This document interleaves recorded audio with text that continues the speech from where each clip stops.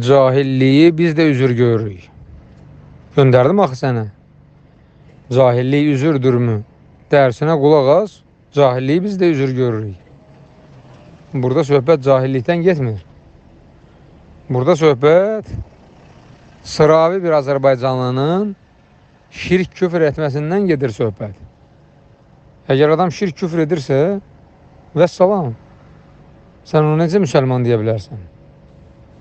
Ahirətdə əbədi cəhənnəmə düşəcəyinə barədə heç nə demirik biz. Ona hökm vermirik, bizim ixtiyarımız satmır. O artıq qalır Allahın istəyi altında. Fitrət əhlidir.